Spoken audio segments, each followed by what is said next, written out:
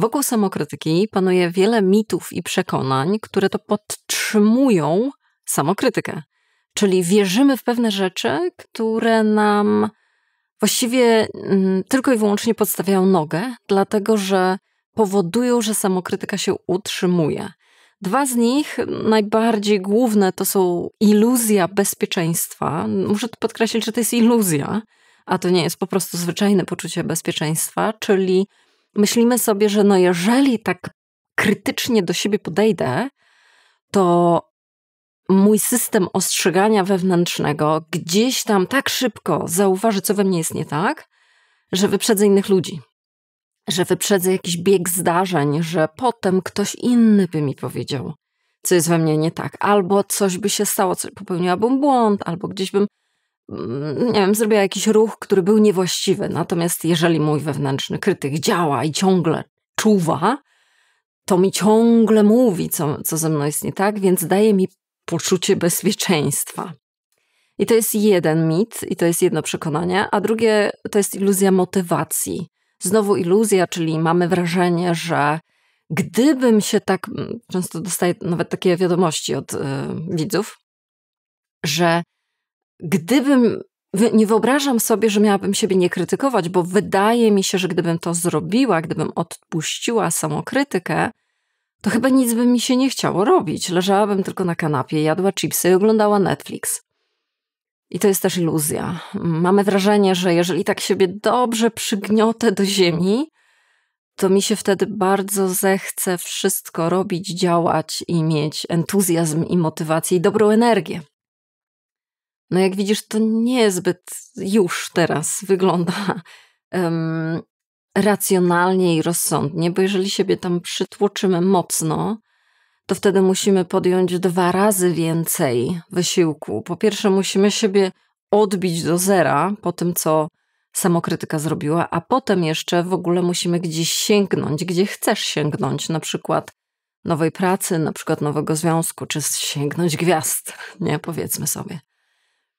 No i to są 2 mity, takie bardzo, bardzo podstawowe. Oczywiście jest tego więcej. Zrobiłam na ten temat inny film, do którego ciebie odeślę, ale jaki morał jest z tego początku? No, taki, że to nie działa, to są iluzje, to są przekonania, które nas utrzymują w samokrytyce, napędzają ją, a przez to my się czujemy gorzej i coraz więcej musimy się wysilać.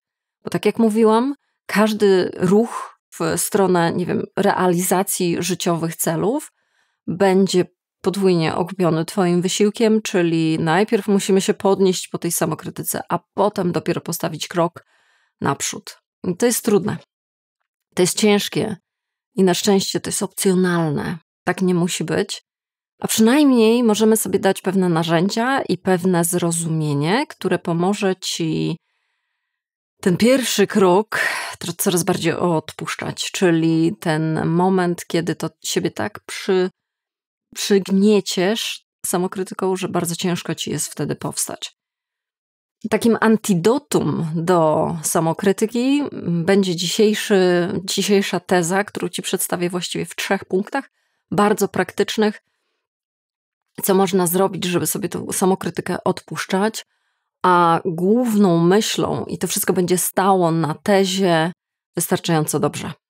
Wystarczająco dobrze coś robisz, wystarczająco dobrze wyglądasz, wystarczająco dobrze myślisz i planujesz, żeby ruszyć do przodu. Cała ta myśl wystarczająco dobrze naprawdę jest wielkim lekarstwem na samokrytykę i ona zawiera w sobie pewne aspekty, które warto zrozumieć i wziąć do serca. I tak jak mówiłam, wyliczę ci 3 i za chwilkę do nich przejdziemy, tylko na razie serdecznie podziękuję wszystkim, którzy wspierają ten kanał, to co robię poprzez inne platformy. Wielkie, wielkie dzięki za waszą obecność. Jeżeli ten film lub inne coś wniosą pożytecznego i pomocnego w twoje życie i chcesz wykazać się też takim wsparciem, są sposoby, żeby to zrobić, zostawię je w opisie tego odcinka. A my przechodzimy, co to znaczy i jak ugryźć to wystarczająco dobrze, żeby odpuścić sobie samokrytykę. Punkt numer 1. Naprawianie pęknięcia zamiast unikanie go. Nastawienie wystarczająco dobrze oczywiście zakłada, że my nadal jesteśmy ludźmi i popełniamy błędy i będą rzeczy, które nam się nie udadzą albo które nawet bez złych intencji źle zrobimy i gdzieś przekroczymy jakieś granice i coś po prostu zawalimy. Co w związku z tym, jeżeli chcemy sobie nauczyć się, że jest wystarczająco dobrze i że nie muszę siebie przejeżdżać walcem z tego tytułu, potrzebujemy pewnej tezy, na której staniemy bardzo mocno i silnie, jak na takim bardzo solidnym gruncie. A ta teza mówi: moim celem nie jest unikanie za wszelką cenę błędów, porażek, potknięć i tak dalej, gorszych dni, ponieważ to tym sposobem skręcamy ku perfekcji, a perfekcjonizm to naprawdę nie jest nic pomocnego. O tym też były filmy, jeżeli gdzieś ten temat ciebie zaciekawi. Czyli to moim celem nie jest unikanie błędów, ale moim celem jest stawanie się lepszym w naprawianiu ich. Czyli nie muszę się tak bardzo napinać, żeby tylko wszystko dobrze zrobić. Cokolwiek bym mnie dotknęła, to musi mi wyjść. Nie, to w ogóle odpuszczamy sobie i razem z tym wylatuje duża porcja napięcia, bo perfekcja to jest bardzo dużo napięcia, które nosimy w sobie i które wpływa na nas, po prostu na nas wpływa i to jak się czujemy, jak myślimy o sobie. A w zamian za to wstawiamy właśnie: dopuszczam błędy, może mi się to zdarzyć i jednocześnie to, na czym się skupiam, to jest nauczę się lepiej z nimi postępować. Nauczę się lepiej je naprawiać. To, co mogę zrobić po popełnieniu błędów, będzie moją koncentracją, moim skupieniem się właśnie na tym. A co to może być to co? To znaczy, po pierwsze, kiedy popełniamy błąd, możemy po prostu za niego przeprosić. Możemy gdzieś w jakiś sposób dosłownie go naprawić, w tym sensie, że ojej, chyba źle coś powiedziałam, czekaj, jeszcze raz ci wyjaśnię, coś za dużo powiedziałam tutaj. Albo bardzo nie chciałam, żeby to tak wyszło, wiesz, bo chodziło mi o to, że... Czyli zaczynamy jakiś dialog. Na tym błędzie, na tej jakiejś gafie nie kończy się. To jest właściwie sygnał do początku. I w tym właśnie początku na przykład może się zawierać jakieś wyjaśnienie, jakieś przeprosiny, jakieś sprostowanie. I to jest jedna rzecz. Druga sprawa to jest to, że wyciągamy wnioski. Czyli błędy widzimy jako pewnego typu lekcje, na których można czegoś się nauczyć, a nie po prostu puszczamy to, oby szybciej z siebie strzepnąć to jak śnieg i zapomnieć o całej sprawie. Nie, w ten sposób nie uciekamy, bo to jest trochę ucieczka od tego, co się stało, a my chcemy wręcz przeciwnie wykorzystać to, co się stało. Może to jakieś nauki, może to jakichś wniosków na przyszłość, może w jakiś sposób nie będę chciała już następnym razem, żeby tak się stało, więc troszeczkę więcej uwagi będę przykładać temu aspektowi życia. No i trzecia sprawa to jest współczucie.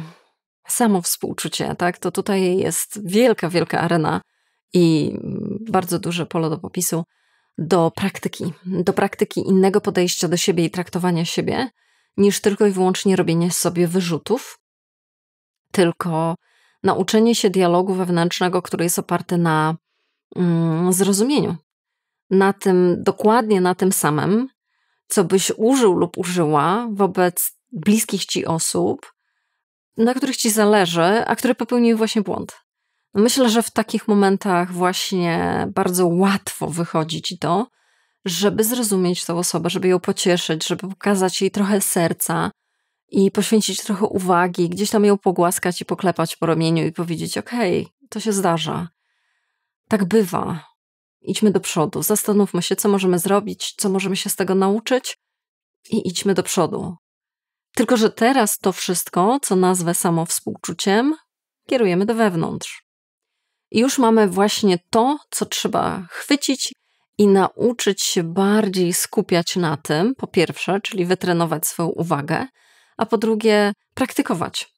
Czyli nie tyle co unikanie błędów, nie tyle co alergia na to, że ojej, ale mi nie może nic wyjść nie tak, tylko powiedzenie sobie tak, czasami mimo moich starań coś mi się nie uda, wtedy przekieruję swoją uwagę w stawaniu się coraz lepszym praktykantem tego, jak sobie z tą sytuacją poradzić, jak ją naprawić, czego można się z niej nauczyć i w jaki sposób mogę sobie okazać wyrozumiałość i ciepło i wsparcie, no właśnie w takim momencie, jakim jest to, że jest mi ciężko, trochę może głupio, może żenująco, może jest mi wstyd, bo coś mi się nie udało. No i jeżeli nie w takich momentach, to w jakich mamy sobie okazywać samo współczucie? I to jest jedna super kluczowa rzecz i taka teza, czyli nie tyle, co staramy się napinać, dla jasności jeszcze raz powtórzę, żeby wszystko było perfekcyjne, co przekierowujemy swoją uwagę na to, żeby bardziej umiejętnie odnajdywać się w sytuacji, w której coś faktycznie poszło nie tak. To jest pierwsza rzecz. Przechodzimy do drugiej. Punkt numer 2. Obniż stawkę. Wewnętrzny krytyk traktuje każdą możliwą sytuację jako sprawę życia, śmierci. Absolutnie niesamowicie ważną, z której wychodzą bardzo często też jakieś generalizacje, czyli to, czy uda mi się ta randka, czy nie, to po prostu świadczy o tym, jakim w ogóle jestem człowiekiem i czy wszystko w życiu już można wyrzucić, w moim życiu można wrzucić do kosza i powiedzieć, jestem nieudacznikiem, nic mi nie wychodzi, czy może jestem niesamowitym człowiekiem sukcesu. Zauważ, że właśnie tak wewnętrzny krytyk robi. Wszystko jest takie czarno-białe. Na marginesie myślenie czarno-białe to jest coś, z czym warto się rozprawić i dlatego zrobiłam o tym też inny film. Ale wracając do naszego punktu, to jest bardzo wysoko postawiona poprzeczka. Ta stawka wydaje się olbrzymia. Czy idziesz na jedną rozmowę kwalifikacyjną, czy idziesz na randkę, czy robisz jeden projekt w pracy. Nagle od tego zależy cała twoja egzystencja i cała definicja osoby, którą jesteś. To jest naprawdę za duża stawka. Tak najczęściej w życiu nie wyglądają nasze problemy, nawet bardzo duże. Natomiast prawda jest taka, że nawet jeżeli to jest coś bardzo ważnego, to nadal nie jest to aż tak gigantycznie najważniejszy moment w twoim życiu. Dlatego, żeby sobie poradzić z tą samokrytyką, która wtedy tak mocno czarno-biała jest i nam potrafi nieźle dogryźć, a gdzieś chcąc wejść wystarczająco dobrze, to musimy obniżyć tą stawkę i powiedzieć sobie, okej, to jest ważne, ale to nie jest kluczowe, moje całe życie od tego nie zależy. Albo zadać sobie pytanie, czy to będzie miało znaczenie za 5 lat, czy to będzie miało znaczenie za 5 miesięcy, a może za 5 dni w ogóle. I nawet jeżeli będzie miało znaczenie, to zadaj sobie pytanie, czy od tego jednego punktu będzie zależeć wszystko. Nie będę mogła funkcjonować na żadnym innym obszarze życia, tylko i wyłącznie na tym jednym. Wszystko się opiera? Obniżajmy tą stawkę. Bo jeżeli napompujemy się razem z tym wewnętrznym krytykiem, to on się z tym bardzo dobrze będzie czuł, bardzo dobrze się z tym odnajdzie i będzie nam wysyłał coraz więcej sygnałów, jak to z nami jest nie tak, jak to z nami jest nie tak i to będzie absolutnie inny biegun niż ten, na który chcemy dzisiaj ciebie sprowadzić, czyli wystarczająco dobrze. Czyli ta randka jest wystarczająco dobra. Okej, to nie jest najlepsza randka na świecie. Ta osoba może nie jest najbardziej tutaj według mnie pożądaną, ale a może ja sama też się nie odnalazłam na tej randce, na tym spotkaniu, na tej trudnej rozmowie, czy gdziekolwiek indziej, w jakiejkolwiek indziej sytuacji, w najlepszy sposób, absolutnie z najlepszej strony możliwej dla mnie, ale było wystarczająco dobrze. Było wystarczająco dobrze, żeby powiedzieć sobie, okej, dobrze, że poszłam. Dobrze, że się nie wycofałam. Dobrze, że zrobiłam krok w tym kierunku. Czy było idealnie? Nie, ale ja nie celuję w idealnie. I znowu wracamy do naszego wystarczająco dobrze. Okej, za chwilę przejdziemy do punktu 3. Oczywiście muszę zaznaczyć, że być może obejrzenie filmu to jest za mało. Jeżeli tak, to w mojej ofercie są także spotkania 1 na 1 Zapraszam, jeżeli to jest coś, co chcesz raczej przedyskutować już w twoich indywidualnych warunkach, bo tutaj troszeczkę muszę uogólniać, więc jest to zrozumiałe. Jak to zrobić, zostawiam linki w opisie, a przy okazji też zapraszam ciebie do newslettera, w którym co innego moglibyśmy robić, jak nie raz w tygodniu, tylko w formie pisanej. Dajmy sobie spokój. A punkt numer 3 brzmi: wprowadź dzień B. Wewnętrzny krytyk wymaga od nas tego, żeby każdy z naszych dni był na 100%.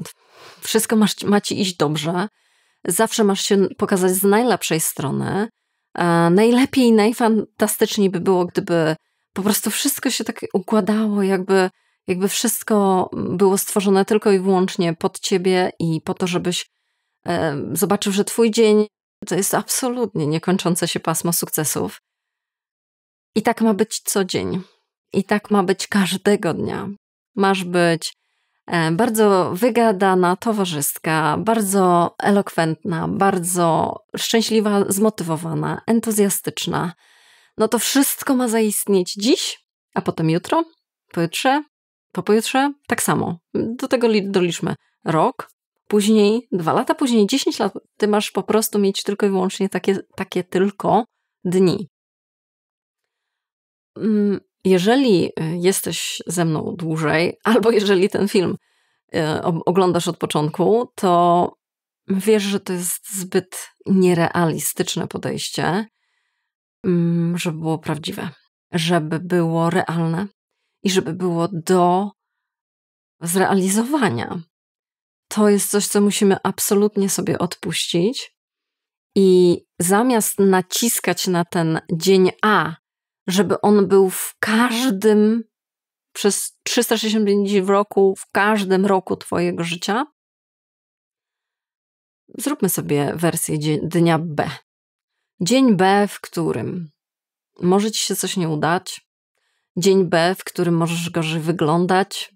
Możesz mniej niż optymalnie dla siebie funkcjonować.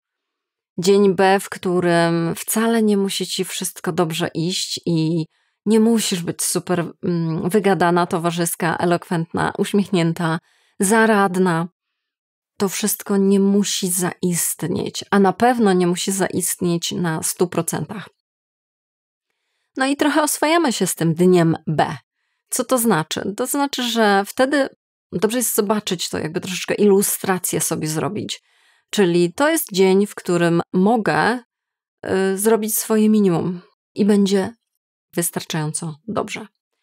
Minimum w pracy, minimum w domu, nic nie musi być super wysprzątane, przygotowane, mogę się gdzieś spóźnić, mogę do kogoś nie oddzwonić, zapomnieć o jakichś urodzinach, mogę sobie przyjść do domu, położyć się i po prostu obejrzeć mu jakiś tam troszeczkę głupkowaty serial i to będzie w porządku. I to będzie absolutnie okej.